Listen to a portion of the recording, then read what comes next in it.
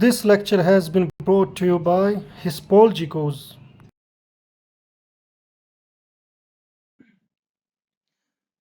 पहला क्वेश्चन, इसमें हमें फिलिंग द ब्लैंक्स ये करने हैं, ब्लैंक्स फिल करने हैं, जो हमें रिक्त स्थान दिए गए हैं ये भरने हैं। हमारा क्वेश्चन है कि सभी वृत्त डैश होते हैं, सर्वागसम या समरूप।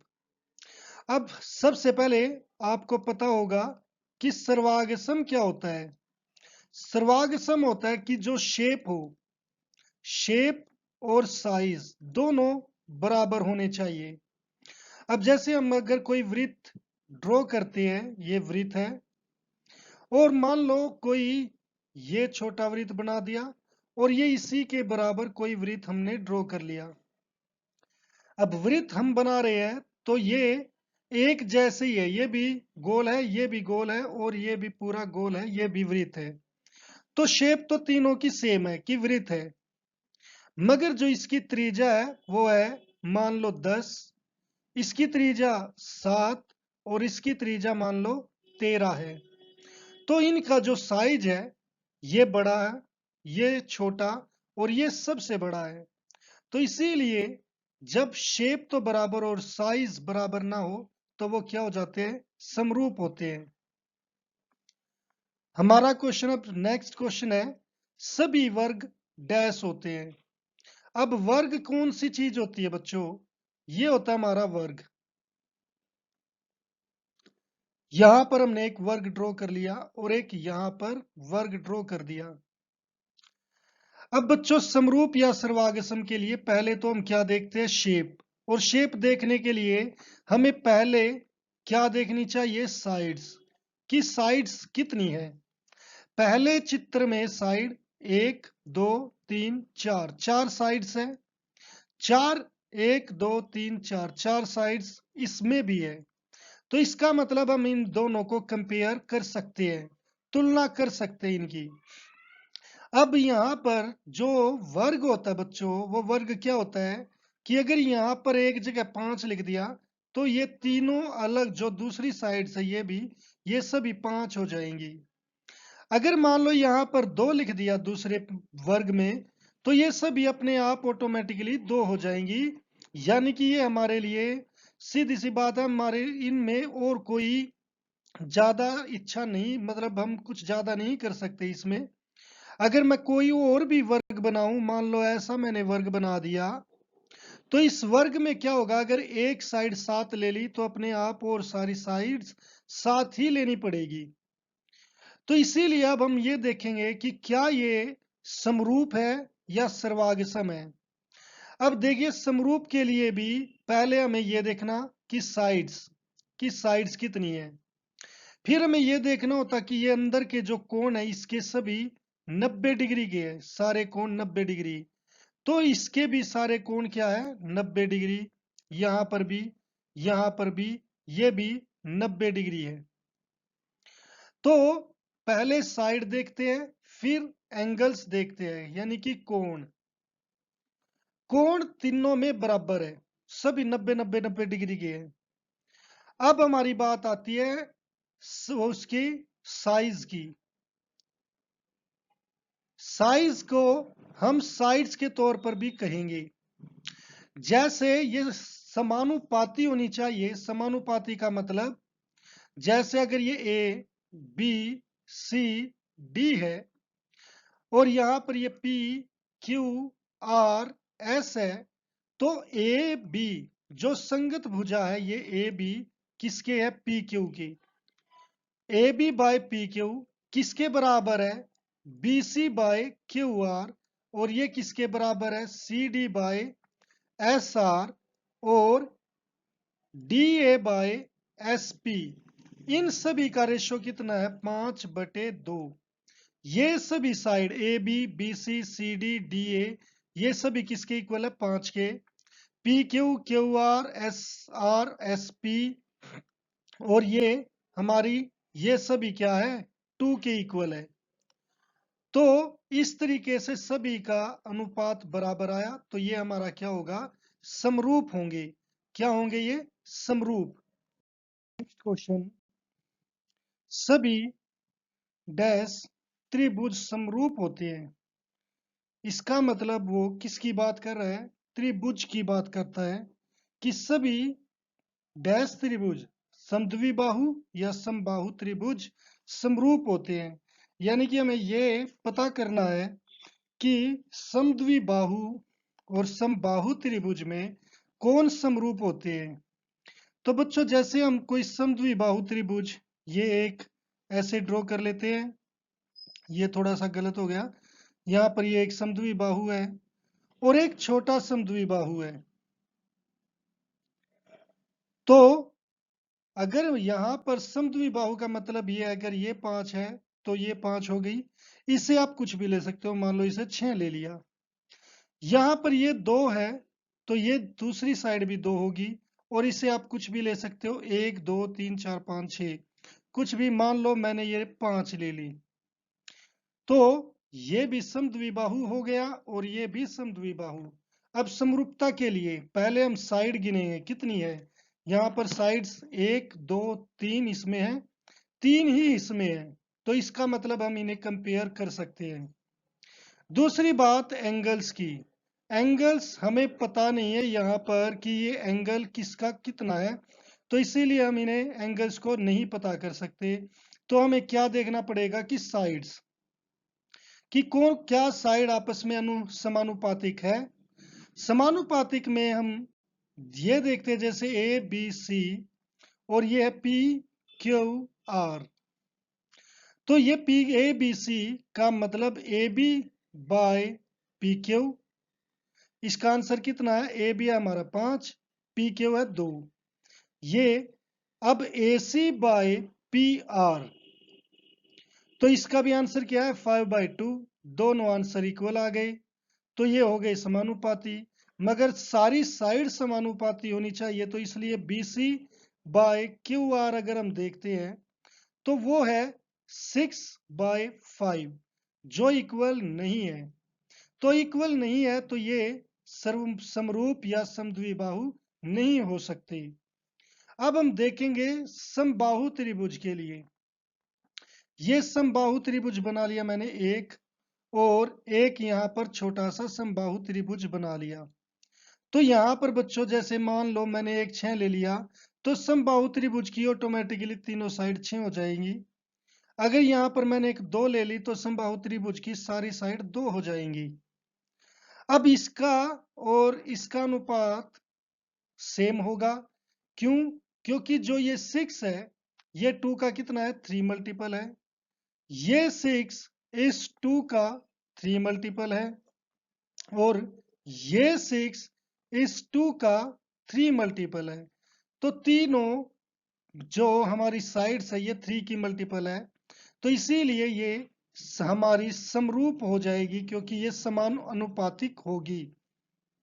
इसी तरीके से मान लो मैं कोई एक और ऐसा ही समबाहु त्रिभुज बना लूं कोई भी, जिसमें मैंने एक साइड ले ली 8, तो दूसरी ऑटोमेटिकली 8, तीसरी भी 8 हो जाएगी। अब देखिए बच्चों, 2 4 जा 8, ये जो मैंने यहाँ पर 2 4 जा कहा, यही अनुपात इसका इसके साथ होना चाहिए और इस साइड का इसके साथ। तो क्या ये यही है? ये 2 4 जा 8, ये भी 2 4 जा 8, यानी कि सभी का अनुपात सेम है। तो इसलिए क्या होगा? समबाहु त्रिभुज समरूप होंगे। अब यहाँ पर बच्चों एक चीज है, हम बार बार देख रहे हैं कि समरूप के लिए मैं पहले देखता हूं कि साइड्स बराबर की साइडों की संख्या देखते हैं, भुजाओं की संख्या। क्या देखते हैं? भुजाओं की संख्या। ये संख्या किसकी है? भुजाओं की। पहले हम ये देखते हैं, अगर ये बराबर है तो हम देखते हैं कोण, और वो भी कौन से? संगत कोण। अगर संगत कोण भी बराबर है तो फिर हम देखते हैं वो भुजाओं का अनुपात, भुजाओं का भुजाओं का अनुपात। अब हम ये देखते हैं तीसरी चीज। अब यहां पर गौर करने की बात है बच्चों कि यहां पर अगर मान लो ये पहली कंडीशन ही पूरी नहीं हुई तो समरूप और सर्वागसम हम नहीं देखेंगे, इसकी हमें कोई जरूरत नहीं। अगर मान लो पहली पूरी होगी तो दूसरी देखेंगे, अगर दूसरी पूरी नहीं हुई तो भी ये समरूप या सर्वागसम नहीं होंगे। फिर अगर मान लो तीसरी, ये दूसरी भी पूरी हो गई, पहली भी पूरी हो गई, दूसरी भी पूरी हो गई, फिर हम देखेंगे तीसरी। अब तीसरी जब पूरी वो देखेंगे, अगर ये भी पूरी नहीं हुई, मान लो ये दो पूरी हो गई, ये तीसरी पूरी नहीं हुई, तब भी ये समरूप या सर्वागसम नहीं है। तो समरूप और सर्वागसम के लिए तीनों चीज पूरी होनी चाहिए। अब जब हम इनको देख रहे थे, यहां पर आपने ध्यान दिया होगा, समद्विबाहु त्रिभुज और समरूप समबाहु त्रिभुज को हम जब कंपेयर कर रहे थे तो मैंने पहले इसकी साइड गिनी, मैंने कहा 3, इसकी भी साइड कितनी थी 3, तो मैंने कहा कि हाँ भैया कंपेयर किए जा सकते हैं। मगर जब कोण की बात आई तो हमें कोण का नहीं पता था कि ये ए कोण कितना है, बी कोण कितना है, सी कोण कितना है, ऐसे ही पी क्यू आर कोण का नहीं पता था। अगर ये नहीं पता था तो फिर मैंने क्या देखा, भुजाओं को। मैंने क्यों देखा भुजाओं को, क्योंकि अगर एक इनमें से एक कंडीशन भी फेल हो गई तो हमें पता चल जाएगा कि ये समरूप या सर्वागसम है या नहीं। और यहाँ पर हमारी तीसरी चीज है जो वो पूरी हो रही है, यानी कि जो भुजाओं का अनुपात है वो हमारा यहाँ पर बराबर नहीं आ रहा है, मगर हमें ये कोण भी देखने होते हैं, ये ध्यान देने की बात है।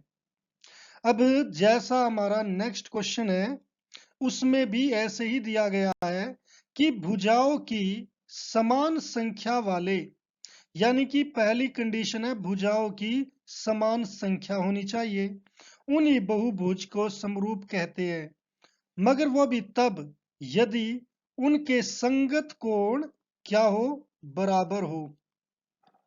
संगत कोण का मतलब बी क्यू के बराबर, ए पी के बराबर और सी आर के बराबर। और इसके बारे में हम आगे धीरे धीरे और पढ़ेंगे कि संगत कोण किसे कहते हैं, कहां पर क्या चीज होती है, वो हम बाद में पढ़ेंगे। अभी के लिए केवल आप यही मान लो कि ए के संगत कोण है पी, बी का संगत कोण है क्यू, सी का है आर। उनकी संगत भुजाएं क्या हो, समानुपाती होनी चाहिए, बराबर नहीं, समानुपाती। अगर ये बराबर हो गई तो ये क्या हो जाएगा, सर्वागसम। ये क्या बन जाएगा, सर्वागसम।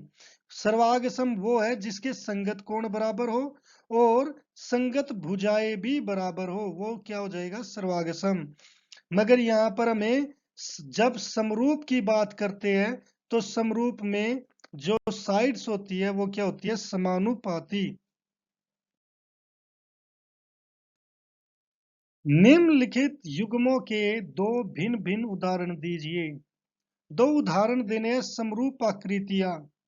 समरूप आकृतियां आप कोई भी देख सकते हो, समरूप आकृतियां आपने अभी ये पहले भी पढ़ा है। समरूप आकृतियां कौन कौन सी होती है, एक हम पहला एग्जांपल ले सकते हैं वृत्त का।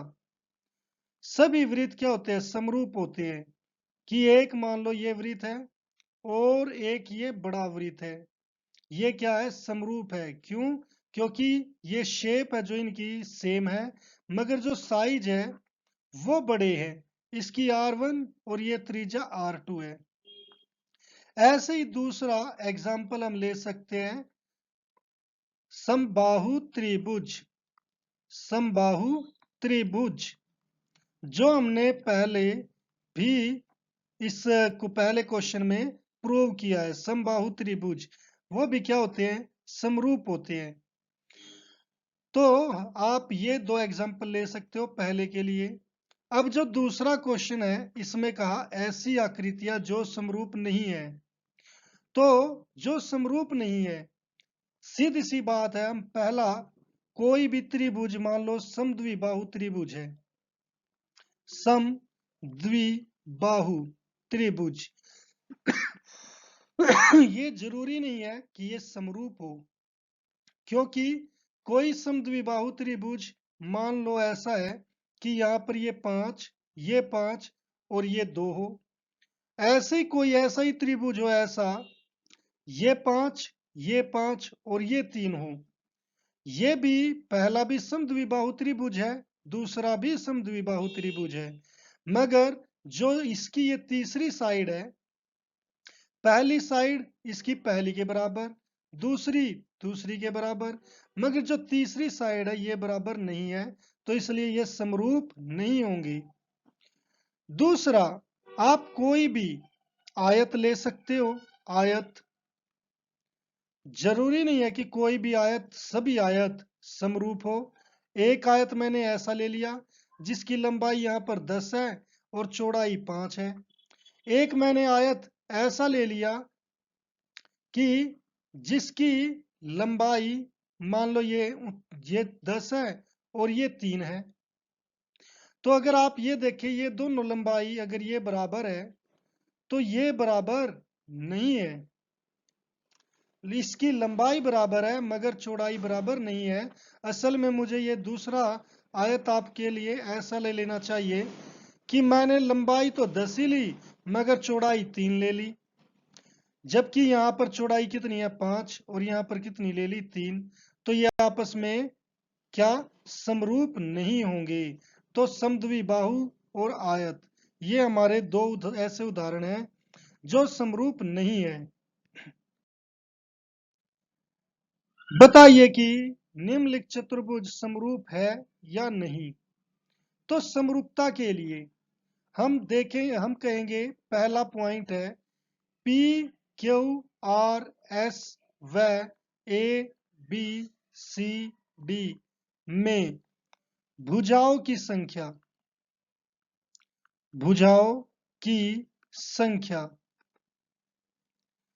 ये कितनी है बच्चों। पहले में भी, दूसरे में भी, तीसरे में भी, चौथे पहले में ये 4 साइड, इसमें भी 4 साइड है।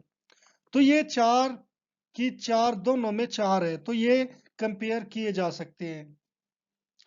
अब हम देखेंगे दूसरी कि हमें जो साइड्स दी है क्या वे समानुपाती है।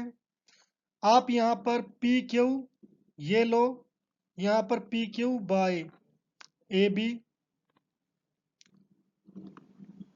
पी क्यू कितना है 1.5, ए बी कितना है 3।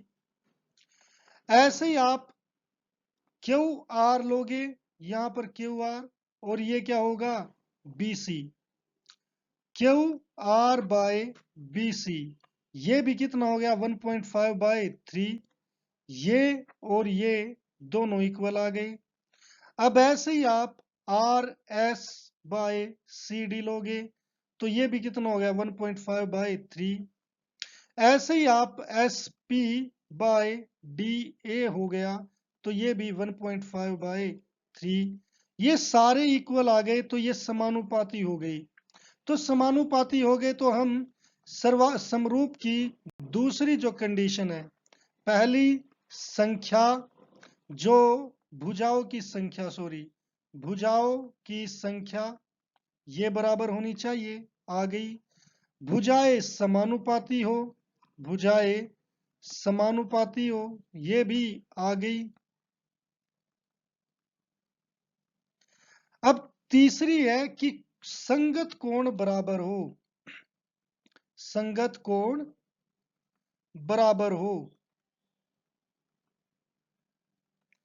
तो अब यहां पर ये हम कोण देख सकते हैं। पहले ए कोण देखते हैं, ये कितना है 90 डिग्री, ये भी 90 डिग्री, ये भी 90 डिग्री और ये भी 90 डिग्री, चारों कोण बराबर है। मगर यहां पर हम देखते हैं ये कोण 90 डिग्री का नहीं है। ऐसे ये कोण भी 90 डिग्री का नहीं है, कोई भी कोण हो सकता है मगर ये 90 डिग्री के नहीं है। तो इसमें कोई भी कोण 90 डिग्री का नहीं है और इसमें सारे कोण 90 डिग्री के है। तो इसीलिए संगत कोण बराबर नहीं है। तो हम इसीलिए कहेंगे क्योंकि पी क्यू आर एस व ए बी सी डी के संगत कोण बराबर नहीं है। संगत कोण बराबर नहीं है, इसीलिए ये समरूप नहीं है।